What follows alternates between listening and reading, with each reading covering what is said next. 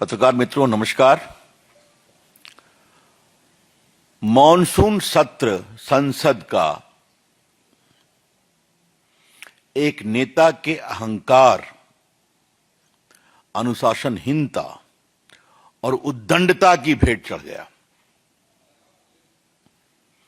और ये बात मैं पूरी जिम्मेवारी से बोल रहा हूं। The entire monsoon session of the parliament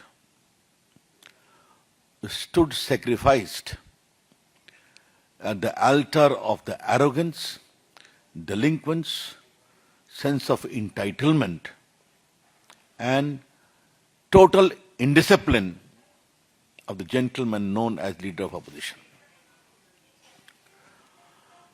थोड़ा इसको हम रिकॉल करना चाहते हैं आपके लिए। सदन हुआ, राहुल गांधी जी अपनी बहन के साथ बिना परमिशन लिए जाकर बैठ गए प्रधानमंत्री के निवास के गेट पर। राहुल गांधी जी कोई साधारण व्यक्ति नहीं है। उनके पिताजी प्रधानमंत्री, उनकी दादी जी प्रधानमंत्री, उनके परनाना प्रधानमंत्री। तो प्रधानमंत्री के निवास की क्या सैंक्टिटी होती है उनको मालूम है। सुरक्षा के इसके क्या इंप्लीकेशंस होते हैं ये भी उनको मालूम है। जाके बैठ गए। जब वहां होम सेक्रेटरी गए और गृह सचिव गए और साथ में पीएमओ के राज्य मंत्री माननीय जितेंद्र सिंह जी गए तो बातचीत हुई। तो उन्होंने कहा कि हम चर्चा को तैयार हैं, बातचीत को भी तैयार हैं। जब उन्होंने कहा कि सरकार चर्चा के लिए तैयार है तो उन्होंने कहा हमें इस्तीफा चाहिए। आज हम राहुल गांधी के गोल पोस्ट बदलने को आपके माध्यम से देश के सामने बताना चाहते हैं। फिर आपको याद होगा कि जब चर्चा की बात आई तो सरकार ने, मोदी जी ने दो बड़े काम किए। नीट पर एक बहुत ही कड़ा कानून लाया, फास्ट ट्रैक कोर्ट की व्यवस्था की गई और टाइम फ्रेम में ट्रायल होगा और सजा को भी, और सिंडिकेट जो चलता है पेपर लीक का उसको भी एड्रेस करने की कार्रवाई की गई। बस उसी पर एक बहस हुई।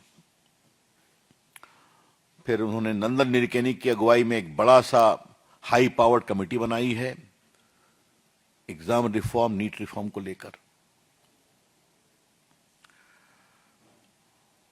ये सब चल रहा है। एकाएक धर्मेंद्र प्रधान इस्तीफा दें, दूसरी मांग ऐड कर दी गई। सरकार चर्चा को तैयार है, कहा नहीं हमें धर्मेंद्र प्रधान का इस्तीफा चाहिए।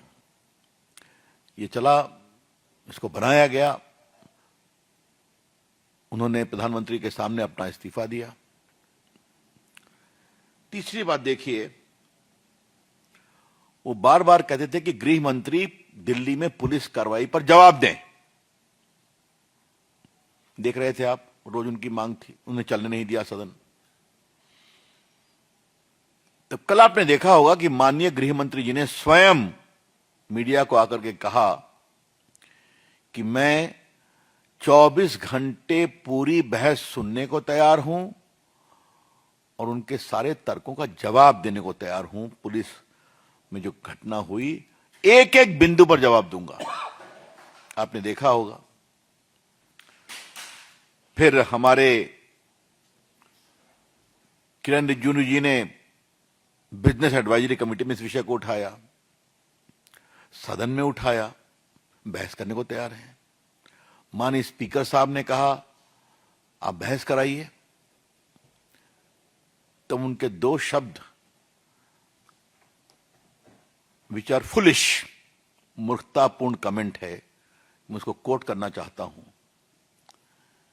अगर उन्होंने गोली चलाने का आदेश दिया है तो त्यागपत्र दें, और नहीं दिया है तो अयोग्य नालायक मंत्री हैं तब त्यागपत्र दें। क्या राहुल गांधी, गवर्नेंस की आपको बेसिक समझदारी नहीं है क्या? कभी गृह मंत्री के आदेश से गोली चलती है क्या? क्या मतलब है इसका? इसका एक नॉर्म है, इसका एक प्रोटोकॉल है। जो वहां मैजिस्ट्रेट होते हैं, बाकी होते हैं, या पुलिस के डिप्टी कमिश्नर होते हैं, उनसे पूछकर कार्रवाई की जाती है। तो फिर आपने विषय उठा दिया। तो अमित शाह जी तैयार हैं, 24 घंटा बैठने को तैयार हैं, फिर भी उन्होंने कहा नहीं, हमें उनका इस्तीफा चाहिए। उनकी बहस सुन के क्या फायदा। तो जो वो सदन को 10 दिन से नहीं चलने दे रहे हैं, जब माननीय गृह मंत्री जी बहस के लिए तैयार हैं, तो कहते हैं उनकी बात को सुनना क्या। इसे क्या कहा जाए। राहुल गांधी, आपकी उद्दंडता से देश की राजनीति नहीं चलेगी।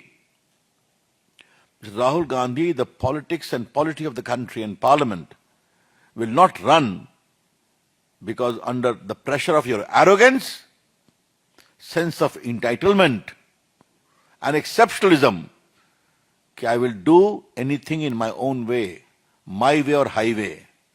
लोकतंत्र ऐसे नहीं चलता।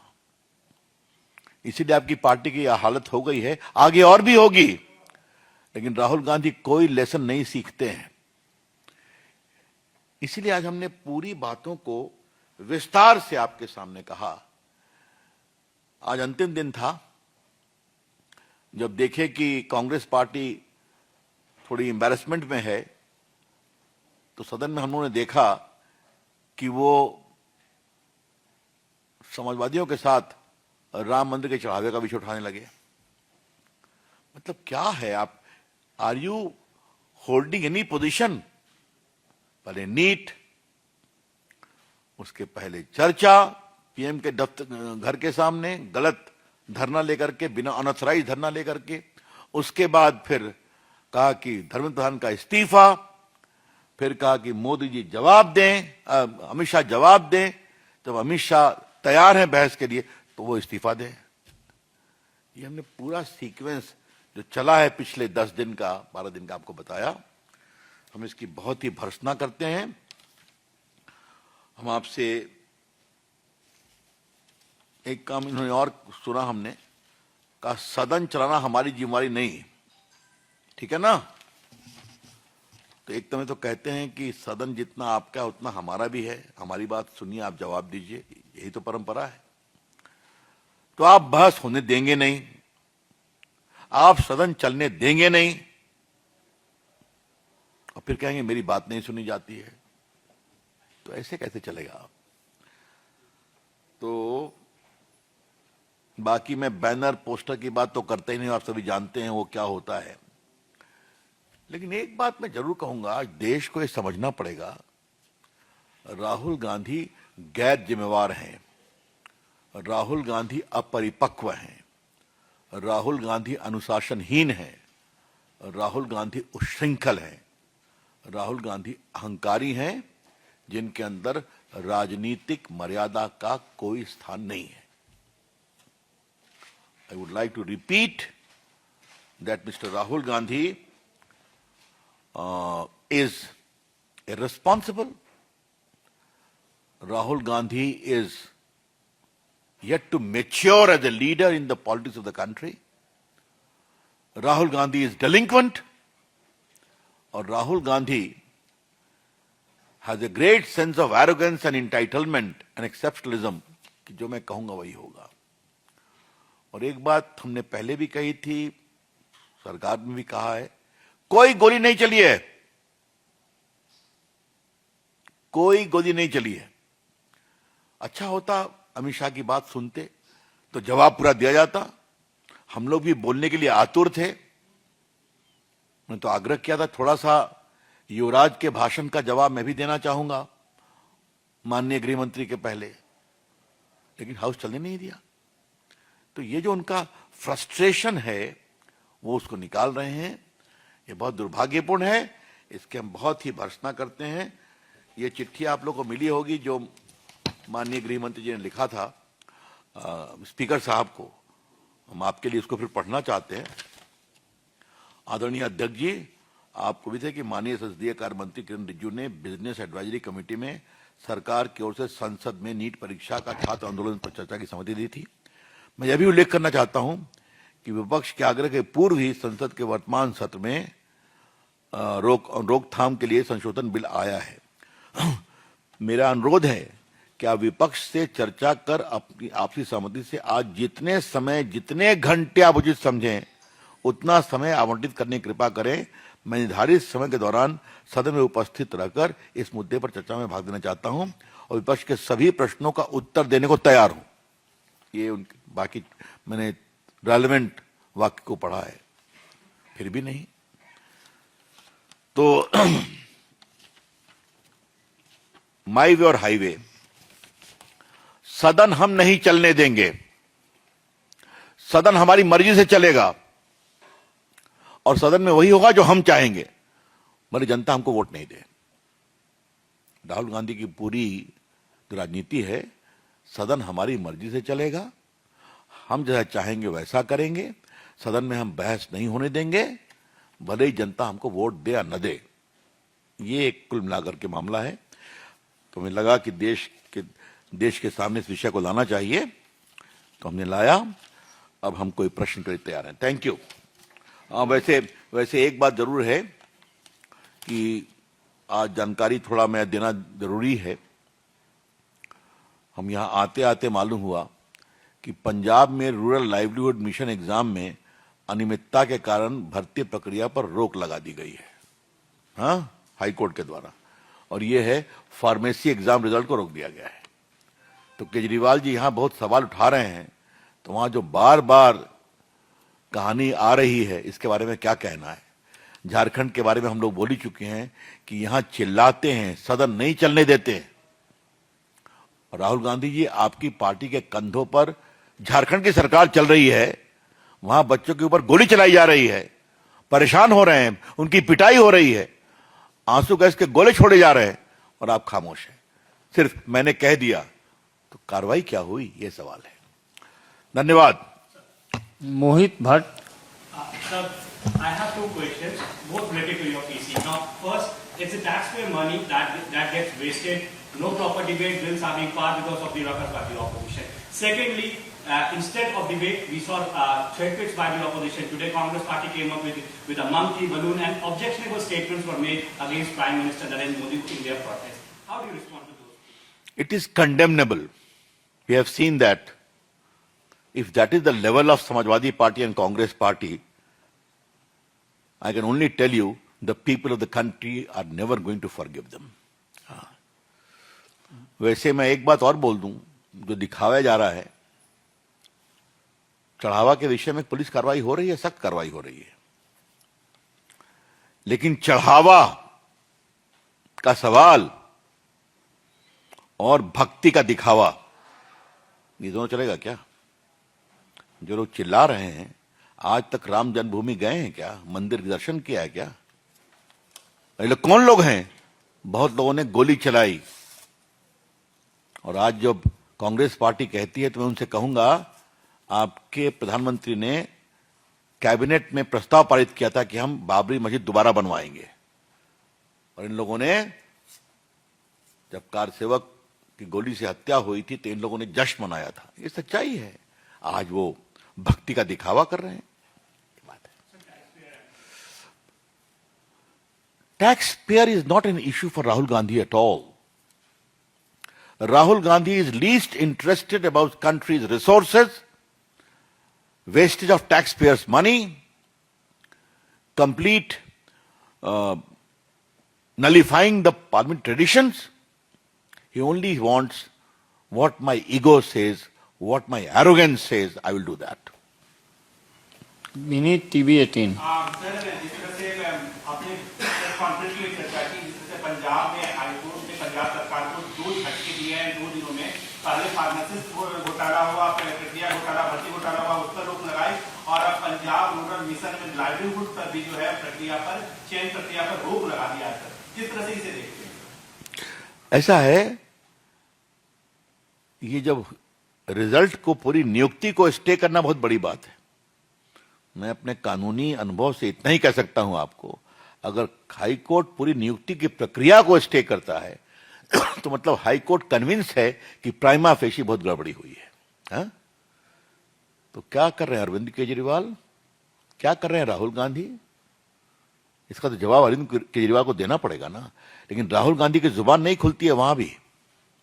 दिल्ली के पूरे आंदोलन पर रोज उनका हेडलाइन चलता है, लेकिन न झारखंड पे बोलते हैं न पंजाब पे बोलते हैं। कमलेश सिंह। रवि जी, आज मल्लिकार्जुन खड़गे ने सत्र के कटोरे से ठीक पहले कहा था कि अगर यही प्रपोजल 5 दिन पहले आया तो हम चर्चा भी करते। ये देर से आया। दूसरी सबसे बात, विपक्ष कब तक डिक्टेट कर रहे थे? पहले ये बताइए कि वो कांग्रेस पार्टी के सम्मानीय अध्यक्ष है, राहुल गांधी उनसे बात करते हैं। जो राहुल गांधी ने कहा कि आई वांट रेजिग्नेशन, क्या हमें उनकी बात नहीं सुनना, या अपने से कहा कि उनसे पूछ के कहा? हम एक काउंटर सवाल करते हैं, अपनी पार्टी के राष्ट्रीय अध्यक्ष की कितनी बात राहुल गांधी मानते हैं? ये मैं सवाल फेंक रहा हूं देश के सामने। और आज मुझे मालूम है बहुत से कांग्रेसी भी दुखित थे कि बहस करते तो विषय उठता, हम लोग भी अपनी बात कहते। और जहां तक विपक्ष के डिक्टेशन की बात है, ये एक बड़ा सवाल है। जो लोग बार बार जनता के वोट में हार जाते हैं, तो फिर भी देश अपने अहंकार और जिद से चलाएंगे और संसद को नहीं चलने देंगे, ये बहुत पीड़ादायक है। सरकार तो चलेगी, अपना काम करेगी, विकास होगा, लेकिन सबसे अधिक उनके अधिकारों का ह्रास होता है कि वो सवाल नहीं पूछ सकते और जनता जिनकी बात उठती नहीं। सवाल ये है कि एक परंपरा रही है कि जब भी सत्र समापन की तरफ होता है तो आखिरी दिन एक चाय पार्टी या चाय पर नाश्ते को बुलाया जाता है। लोकसभा स्पीकर ने आज भी बुलाया, लेकिन अपोजिशन में बैठक का ही बहिष्कार करे। तो ये सवाल आप उनसे न पूछिए, हमसे क्यों पूछ रहे हैं? ये मान्य परंपरा है। और फिर मैं पूछ रहा हूं, क्या राहुल गांधी, प्रियंका गांधी उन परंपराओं को ही तार तार कर रहे हैं जिनकी नींव उनके खानदान के समय पड़ी थी? ये सवाल हम पूछना चाहेंगे। सत्र के अंतिम दिन तो चाय पीने जाते हैं, स्पीकर बुलाते हैं, कोई पार्टी हो, हम लोग भी कई बार गए हैं, लेकिन नहीं जाना दुर्भाग्यपूर्ण है। Rajneesh life time.